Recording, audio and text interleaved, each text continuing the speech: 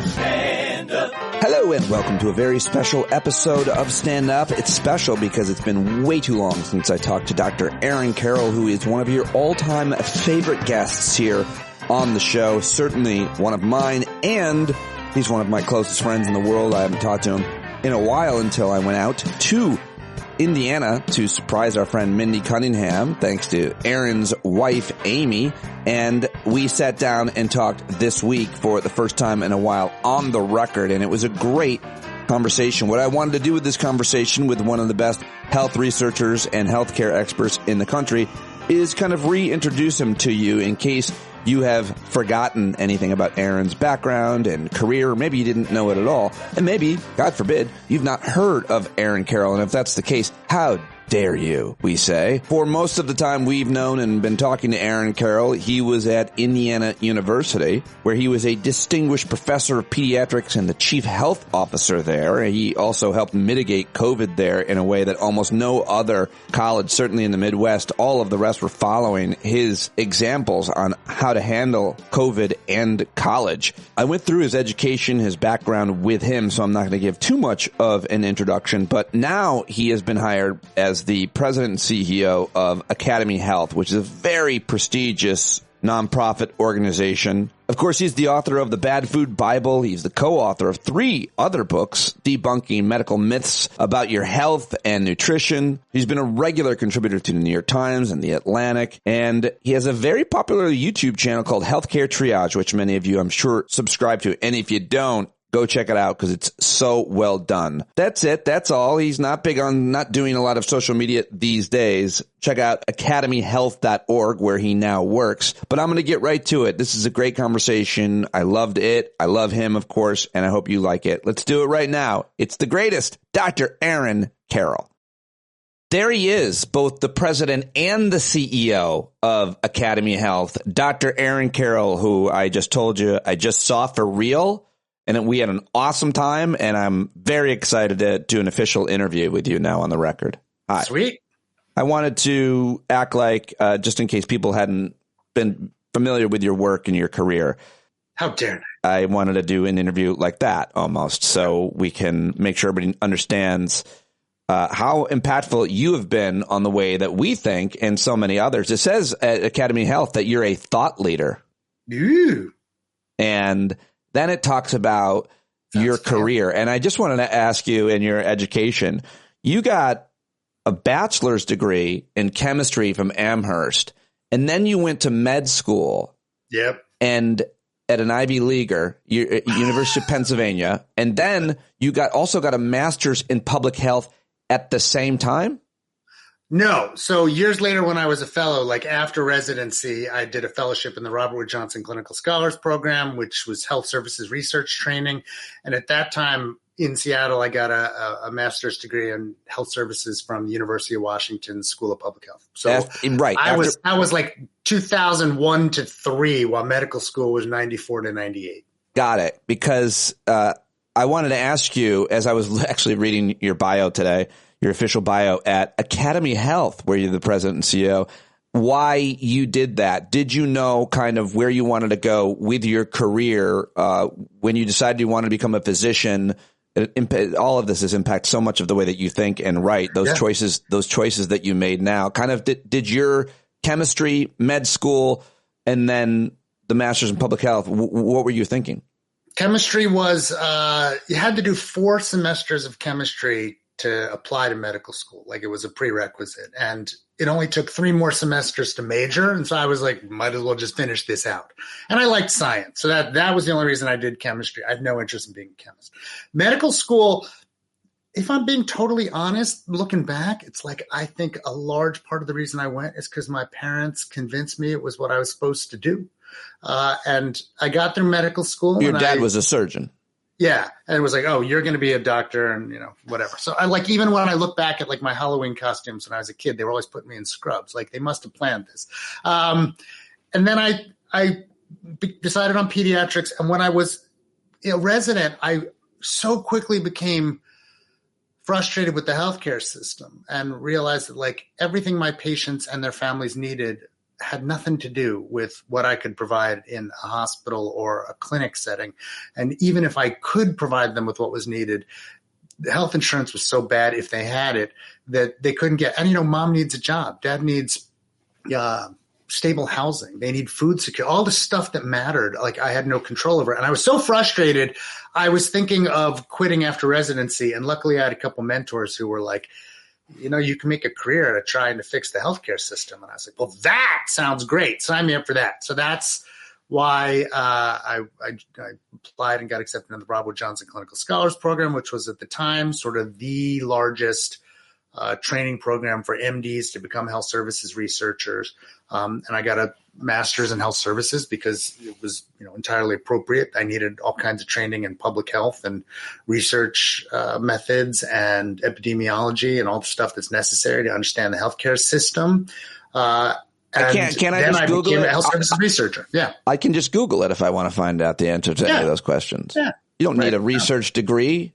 Sure, right. I'll read the summary of a study done by a reputable organization. Sure. School. You try. Go ahead.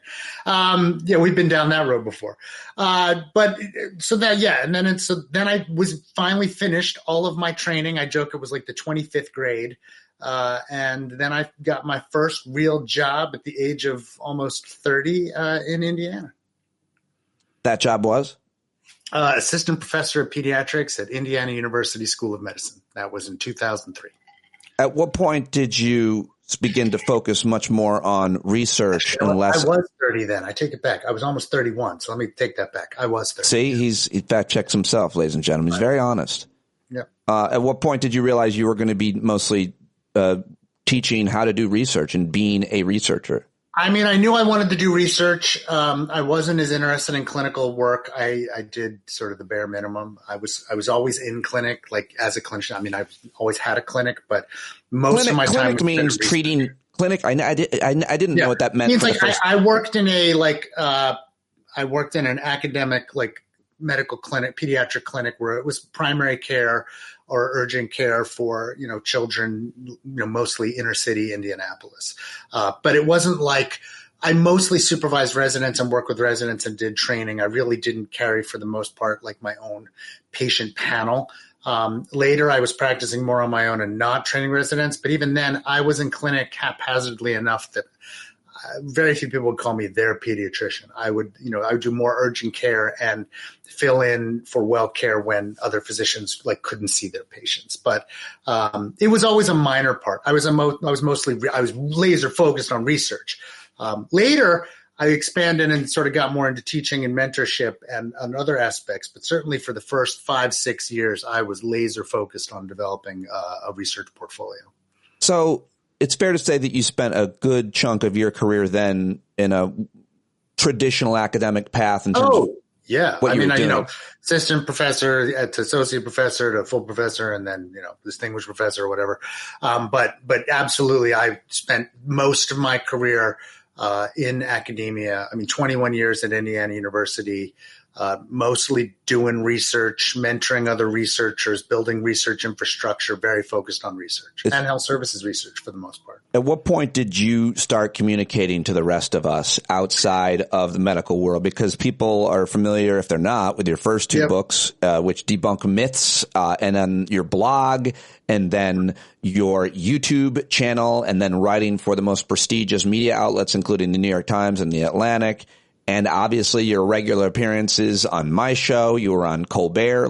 At some point you started communicating in such a way that people who weren't doctors could understand and learn so much. And you have made such a massive impact on so many people in the way that we think about our health, our body, and the entire healthcare system. When did you start writing for us and talking to us?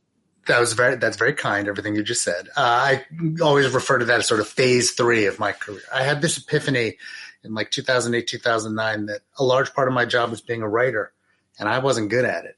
I was a chemistry major. I'd taken classes that were preferentially tests and not papers because I hated writing and I didn't want to write and I didn't think I was good. And I really wasn't. And I'd been reading some books at the time that were making a very solid argument that the only way you get really good at something is to practice it a lot and then get some coaching. But you got to do a lot of practice. You want to be a good piano player, you got to practice playing the piano. You want to be a good basketball player, you got to practice playing basketball. If I wanted to be a good writer, I needed to write. And so, it was the golden age of blogging. It was the late 2000s. Everybody had a blog. So I was like, I'll start a blog and I'll just write 800 words a day every year for 2 years, and I'll get good at writing 800 words. And I blocked off 8 to 10 on my calendar every morning for that. And I set to work. And what was I going to write about? Well, it was when the Affordable Care Act was being argued and healthcare reform was big. And I knew a lot about healthcare systems and health services research and health policy research. So I wrote about that. And, originally it was for me. It was just practice. But it started to take off a bit. And then I joined Austin at the Incidental Economist. And we were writing about how to bring data and evidence to the healthcare fight. I got a little bit better over time, and more people started to pay attention. We sort of developed a reputation as academics who would explain what research showed in a sort of nonpartisan. I mean, you could tell which way we leaned, but it was not partisan in the sense that I was like, we have to do this and let me find the evidence to find it. It was, if you ask me a question, I will tell you about the evidence that exists to support or refute it, and we can go from there. That led to then writing for more broad outlets. I wrote for CNN.com for a period of time. And then when in 2013-14, there was this sea change in the blogosphere. Ezra Klein left Washington Post and Wonk Blog to start Vox. Nate Silver left the New York Times to start 538.com. Some other outlets were starting up. The New York Times was starting up their data journalism, sort of more academic-y. The Upshot. Outlet called The Upshot. And so I had all these arguments with Austin because they didn't have anyone to write health policy. They were announcing Justin Wolfers for economics and Brendan Nyan for political science and Michael Beschloss on history. And I'm like, let's ask. And Austin was absolutely adamant that we not, but I have no shame. So I wrote to David Leonhardt, cold email, was like, hey, you got anyone to write health policy? And he was like, would you? And next thing we knew, we were splitting Mondays. And we were irked at the time because everybody else had a weekly slot and we had to split ours. But it turned out that we've been writing 800 words a day for years, and writing 800 words every other week was not that big a lift. But for everyone else, 800 words a week was way too much. And so they all bailed, and we stuck around for years. And so I wound up writing for the New York Times, The Upshot, for 6-7 years. During the pandemic, I transitioned into more opinion. But that was a huge boost. And then, in 2014 also happened to be the year we started our YouTube show and later a podcast. And so I really got into science communication and how we translate data and evidence and research to improve health and healthcare and health policy. And it's one of the most satisfying and enjoyable things that I do. So and then of course that was, back in the 2008, 2009, 2010 is also when I started doing more radio, your show, things like that. So it just all sort of happened at the same time, but totally not what I would have predicted I'd be doing at the time. Never. Yeah. I don't think I realized that you didn't think you would be doing that, but I suppose the circumstances in the conversation around healthcare change. And of course you were uniquely tailored to address them. And it's interesting that you talk about your writing. When I was at your house, I saw some of the books amongst the graphic novels and fantasy genres were about writing. And I was like, he read books about writing because I always thought you were a good writer, but obviously I don't want to take away from you the growth. I mean, you're one of the most recent pieces that you wrote at the New York Times, which I want to talk to you about, is so heartfelt and honest. And you've always been so transparent about your own struggles to help communicate them. That's not always the most common thing. Just one question. I want to stress that again. It's like people think writers fall from the sky, fully formed. It's it takes work. And I know a number of writers at this point, and they work. They work their butts off. And in the same way, it's I feel like I've gotten pretty good at writing, 800,000 words in for an op-ed or something, but I'm not, that doesn't mean I can write a novel. It doesn't mean I can write even other type, you have to develop those skills. Do you have ambitions given your interest in literature and certain genres, fantasy, and your playing of Dungeons and Dragons? Do you want to write a novel like that? I have thought about it many times. And I even have an idea of what I would like to write, but I'm realistic enough to know that it would take a huge lift. Yeah. And I have so many other things going on and so many other things that I prioritize. I don't know. Well, maybe you'll retire someday and maybe you'll do that. But yeah, but that's when I want to play like video games full time. So I don't know. Like, this is the thing. It's like, I recognize it would suck stuff out of my enjoyment time and I don't know. I want to give that up. So I don't know. If I don't get to it, I'll be fine. But if I do, maybe we'll see. One question about health insurance. I was thinking about the conversations that we had every week and that time and President Obama and politics then and how healthcare even rose to the top of the issues that they eventually did just barely get something huge done. And I just wanted to ask you about the health insurance companies. Like, I feel like Obamacare, the Affordable Care Act, did a lot to regulate. And we can talk about how much more to go and how much more insidious practices still occur. But we learned about those practices, a lot about those practices from you and so many others like Wendell Potter, the healthcare whistleblower, that they really were doing. It really was evil and terrible. A lot of the things that they do, the health insurance industry. So my question is, a lot did change as a result of the Affordable Care Act in terms of regulations and regulating insurance companies, didn't it, to make lives 10% better? How do you talk about what changed in terms of how much better our lives got? And maybe from your expression, it looks like you want to talk about how much more we have to go. Yeah, I mean, it's funny because in some ways it's absolutely easily the biggest change that like happened in healthcare reform in the last few decades. But truly what it was like getting an extra, I don't know, 10, 12% of people insured. Basically, it got, a significant chunk of people who were uninsured onto Medicaid, who were not able to be on Medicaid before, and maybe 15, 16 million people, and another 15, 16 million people who were like in the individual or small company market got to go to insurance exchanges. And I don't want to minimize how big a deal it is for those people. But if you had health insurance through your job, or you had Medicare, or, you had major insurance, which is most people, not as much changed for you as you might think. Some things did that were nice. Like now, like Jacob, my oldest, is going to be 22, 23. And until he starts his first job, which is coming up, like he can stay on our family plan. That wouldn't have happened in the past. But that's a minor thing in the scheme of things.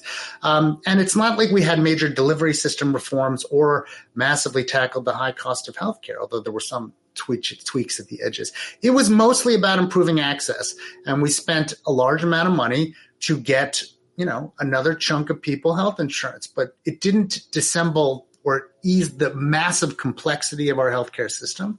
It didn't tackle some of the real huge problems that still exist. It was, a pretty good Band-Aid on holding the system together. But it is amazing how much angst and anger and death panel talk and everything it was for really something that at the end of the day was about getting 30 to 40 million more people health insurance and still leaving plenty of people out.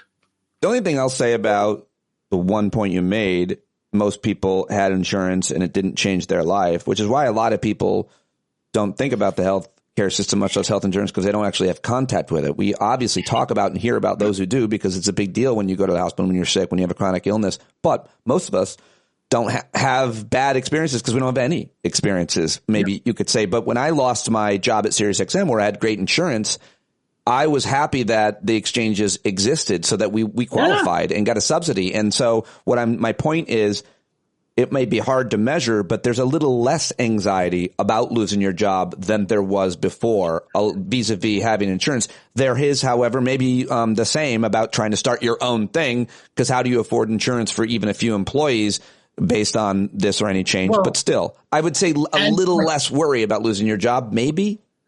So yes. Okay. No. First of all, better. Yes, no doubt. Like would I rather live in a world where it happened than not 100%.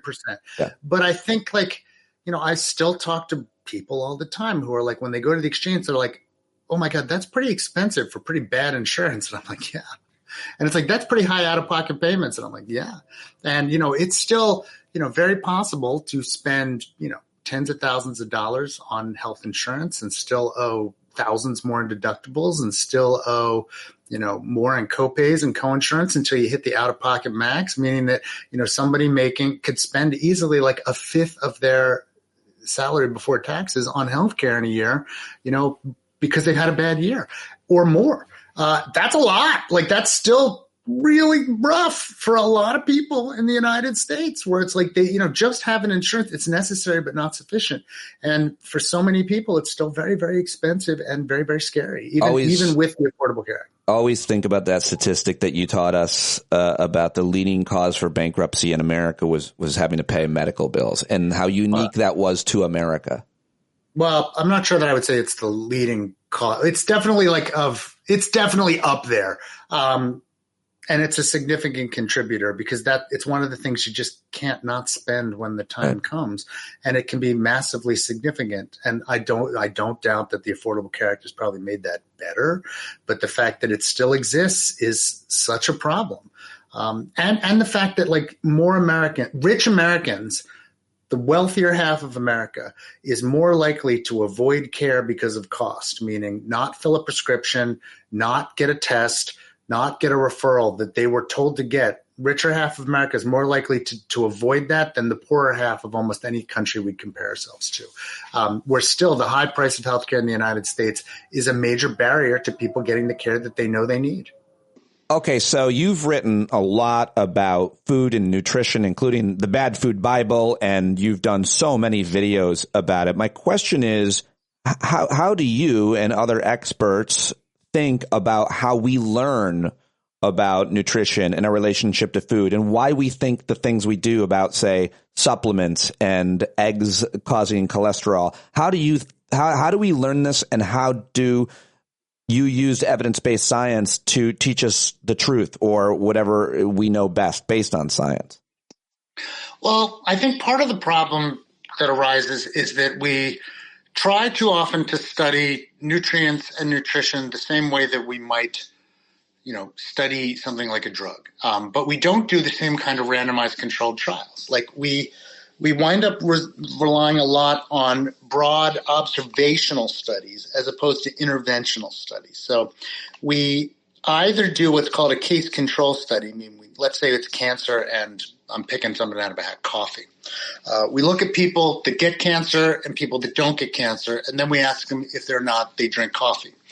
The problem with that is there's a massive problem called recall bias, where people who have bad things happen to them remember things differently than people who don't. People who get cancer are like, oh my God, I use my cell phone all the time. When people who don't get cancer are like, yeah, maybe I use my cell phone, when really they use it the same amount. And so you get a lot of times positive results in case control studies that when you investigate them in further evidence, it doesn't hold up. And that's a good example, because almost all the evidence for cell phones causing cancer are case control studies. Sometimes better study is a cohort study, where you just look at a huge group of people over time and you record whether or not they both do and don't drink coffee, and whether they do or don't get cancer. The problem there is that there's often a lot of unmeasured stuff that you don't capture. Like maybe people who drink lots of coffee also smoke.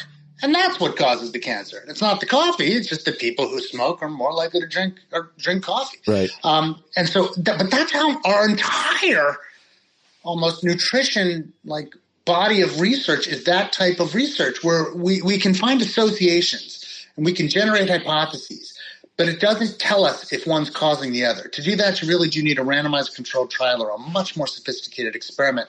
Those are unbelievably rare. And when they do happen in nutrition, they often destroy what we knew before. And eggs and cholesterol is a really good example, where, we saw lots of people who had heart attacks had high cholesterol.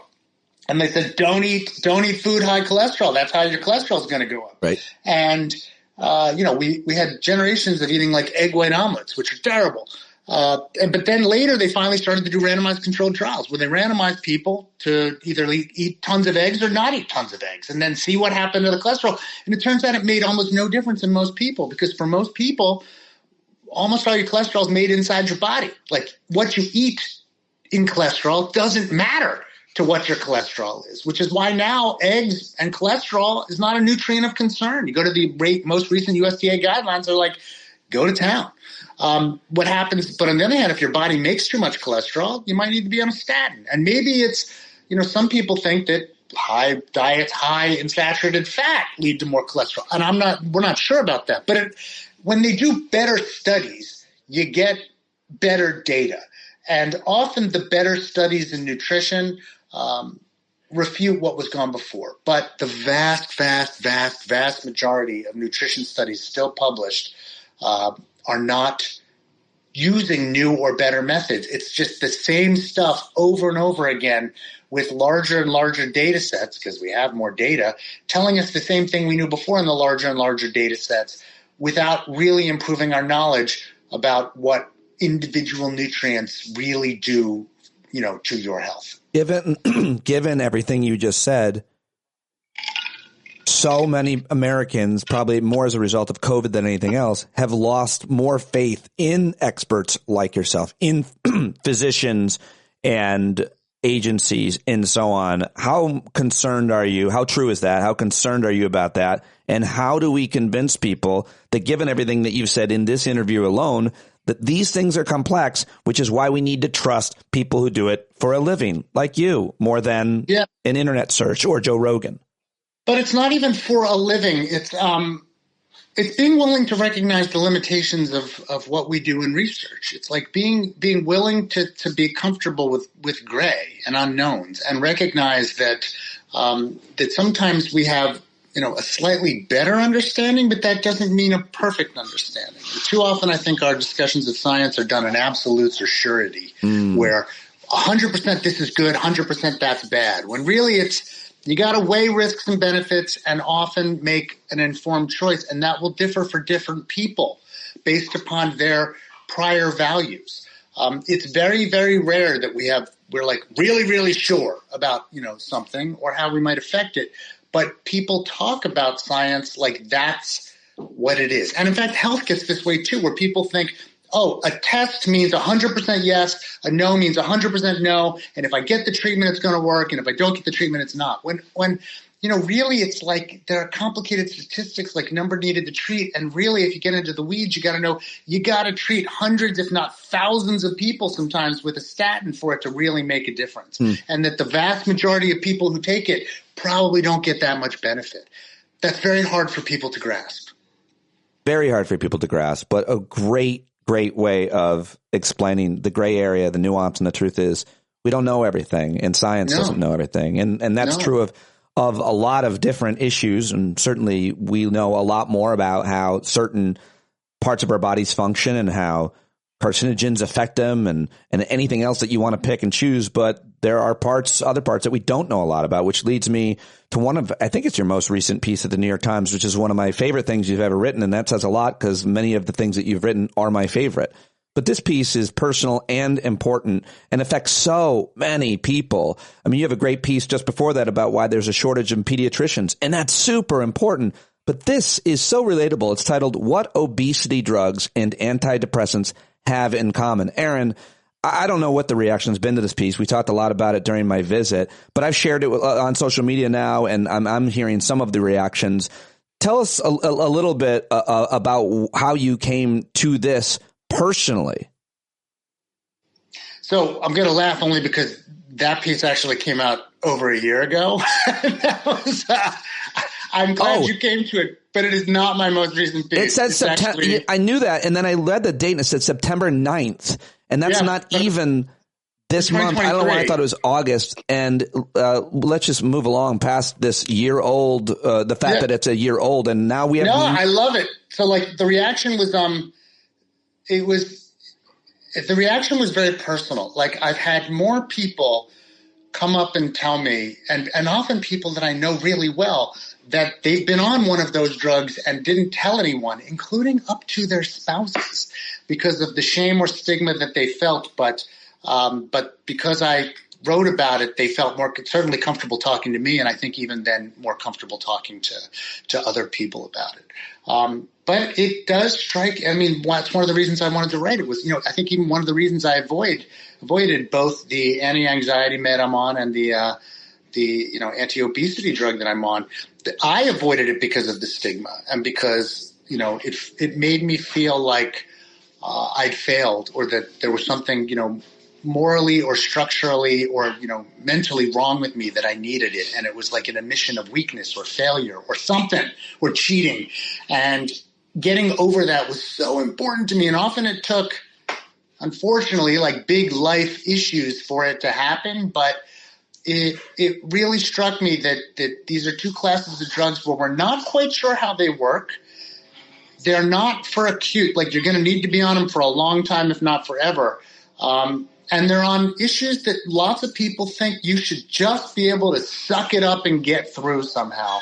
And because of that, tons of people exist in, pain or unhappiness or frustration or bad health. Because of that, and we really we need to get over that. We need to remove that kind of stigma. You write, let me just read from it. You write, mental health disorders and obesity fall into a bucket of diagnosis that, amid a lack of complete knowledge of their causes, are subject to societal moralizing and stigma. We make assumptions that people with depression aren't trying hard enough, that people with obesity lack willpower. These stigmas are then compounded by a limited understanding of how their treatments work, leading to further judgments to people who seek them. I thought that was so well written about both of these issues. So how has your life changed in the time that you've been taking a drug for an antidepressant and the weight loss injection? Yeah, I mean, it's massively. I mean, like I talk about it in the piece, but I had a panic attack in when was it? I want to say September of 2021, I think, where I fell down a mountain. I was on vacation, and I literally knew I was going to pass out because I was having a panic attack, and I was shamed again once, and I walked away from the table and then passed out and fell pretty badly. I needed to be airlifted to a hospital. It was a whole nightmare. And luckily, my friends, my wife, my, doctor friend were like, yeah, you're not okay. And they convinced me to finally try a med for my anxiety. And the change in my outlook was unbelievable. It's made a huge difference. And then with obesity, I've been struggling with that for much of my life. And I knew I would because my dad did. And I tried everything. And I have willpower. I was eating really a small number of calories and still gaining weight to the point where my daughter was yelling at me that I was starving myself. And I was so frustrated because I'm like, look, I'm exercising. I'm literally starving myself. You're right. And I'm still gaining weight. This is insane. And I finally was like, I'm going to try one of these drugs, which there's massive evidence that they work. And it immediately changed everything, where I don't know that my caloric intake is much less than it was, but somehow it's reset my set point, and I don't think about food all the time, and my mental status improved, and I stopped being angry about food all the time, and I probably eat a much more well-rounded diet now and just don't gain weight and have gone to a much healthier weight. And I'm like, this is just a miracle. And my experience is no different than so many other people's who take the drug. It's life-changing. And I still, though, hear people talk about it like it's cheating. Right. You just want to just be able to eat whatever you want and lose weight. And I'm like, that's not what's happening. Right. I'm not at all. I still eat really pretty well, healthy. It's just now I don't gain weight without trying. And so I hope we keep changing over time, and I hope we get better about this, but those stigmas are still there, unfortunately. I think just along the lines of the stigma, and I think one of the biggest problems for me, probably for you and for less for you then and probably now, but for a lot of people, is on the issue of depression and anxiety and taking a drug for it, is that the problem is those two words, depression and anxiety. I don't know the difference. I don't know what they mean. I don't know what the drug's going to do for them. I think if we talk about it a little bit with a therapist, with an expert, we explain and unpack what those words mean. A lot of people, including me in my conversation with you, when you and Amy, your wife, were like, oh yeah, that's anxiety. I was like, oh, it is? I think the problem is naming it, and it's easier to understand when you start talking about the behaviors and the thoughts that you're having and how you're feeling.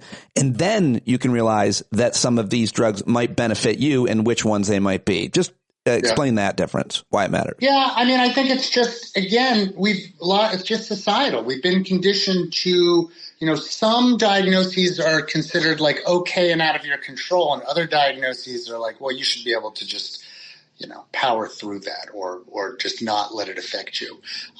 That is unfortunate because a lot of these things I had to accept there's something different or off or out of balance in me that, one, makes me predisposed to gain weight or to have high weight, and two, to have, more significant anxiety or, think about stuff or being unable to control my thoughts even after decades of therapy. And being okay with that and then recognizing that there are things that I can do to fix that is not that different than if my pancreas didn't work and I needed to take insulin for my diabetes, or if my thyroid didn't work and I needed to take thyroxine to compensate for that. We don't judge those people. They have health problems that need to be fixed. But for some reason, if the issue is in your brain, then all of a sudden it's like, no, you should just be able to control your brain. That's really bizarre. But it is unfortunately how we often judge so many health issues in the United States and certainly worldwide, that things that affect your brain or mental health are somehow within your control, but other things are not. I'm going to let you go, but my last thing I want to ask you is a lot of us, we talk about you, you've impacted us, a lot of listeners that heard you so much, think they're friends with you, that they know you, you understand how the parasocial relationship works. And I just wanted to ask you, well, first, I've said it before, since you got the job, we've talked on and off the record. Congratulations on the job at AcademyHealth. But how are you feeling about this great job at this great organization? How's it going at AcademyHealth? I love it. It's just, it's such a pleasure. The people there are so talented. Everybody's so dedicated to the mission and the vision. It's a good group of people. I enjoy the camaraderie, and it's nice. And I got to be honest, it's nice to, get to set the tone for the organization and to be able to talk with smart people about how we could all work together better and try to accomplish big things. And, it's still granted early, but we're just starting up strategic planning, and I'm super excited about, seeing where the organization wants to go. It's been an absolute joy, and I feel very lucky to be there. Is it hard to go from academia to running a nonprofit? I want to say no. I think I did a lot of the work ahead of time in the sense that, building the skill set that I would need in other positions at IU probably made it easier. But no, the transition has actually been much easier than I thought it would be. And part of me questions what took so long. Well, that's funny that you say that. I was just about to close by saying I've never seen you happier than. Oh, that's very nice. Than now. It's pretty clear. You've done a great job. Congratulations. Thanks. This was great. Thanks. As always, I really appreciate you joining me. Appreciate it. Anytime. Yeah, there he goes, everybody. Aaron Carroll, now running AcademyHealth. What a big deal. What a great conversation. I hope you appreciated it and liked it and learned from it as much as I did. Go check out his articles. Go support him. Go let him know that you heard him here on Stand Up. That's all I've got for you on today's episode, but I'm going to keep them coming. Lots of good stuff that I've got for you coming. And of course, I'll be in Nevada next week, beginning my swing state tour, and can use all the support I can get. Thank you again, and I will talk to you tomorrow. When you're tired of begging, saying pretty please, that's the time you gotta finally get up on your knees. When you can't see the forest for the burning trees, you got to stand up. Hey, you've been sitting so long, you got the creaky knees, you got to stand up. Stand up. I think you're driving wheels with leaking grease. Boy, you better stand up. Stand up. Well, there's a whole lot more of us who know what's right. They'll keep right on ignoring us if we keep sitting tight. We got to open up the window to let in some light. You gotta stand up. That's right. You got to rise up. You got to stand up. You gotta stare the devil straight in the eye. We got to let him know it's his turn to go. Off of your butt, down off of your fence, even if it ain't a very friendly audience, well, they'll begin to listen when you start making sense, and you stand up, stand up. No need to point your rifle to defend your town, just stand up, stand up. You know they can't deny you what you lay better stand up. Stand up. Show your face of every color, yellow, black, red, and brown. This is the place where every lost child will finally be found. There's only one thing to do before we stand our ground, and that's stand up. Stand up. Well, the founding fathers saw a land for all. They had to stand up. They had to stand up. They had a keen imagination for a crystal ball, drawing all the plans for a stand up. But all they had to go on was the time they were in, with other causes for laws, and since they weren't even sin, they knew that change was gonna come before the change would begin. They had to stand up. Alright, they had to stand up. We got to stand up. We got to look the devil square in the eye. We gotta let him know it's his time to go, and make it clear when all we hear is a lie. Why you lying awake wondering where the money all went? It'll be the cost of freedom that'll go unspent. You can see him flee the scene of that experiment if you stand up.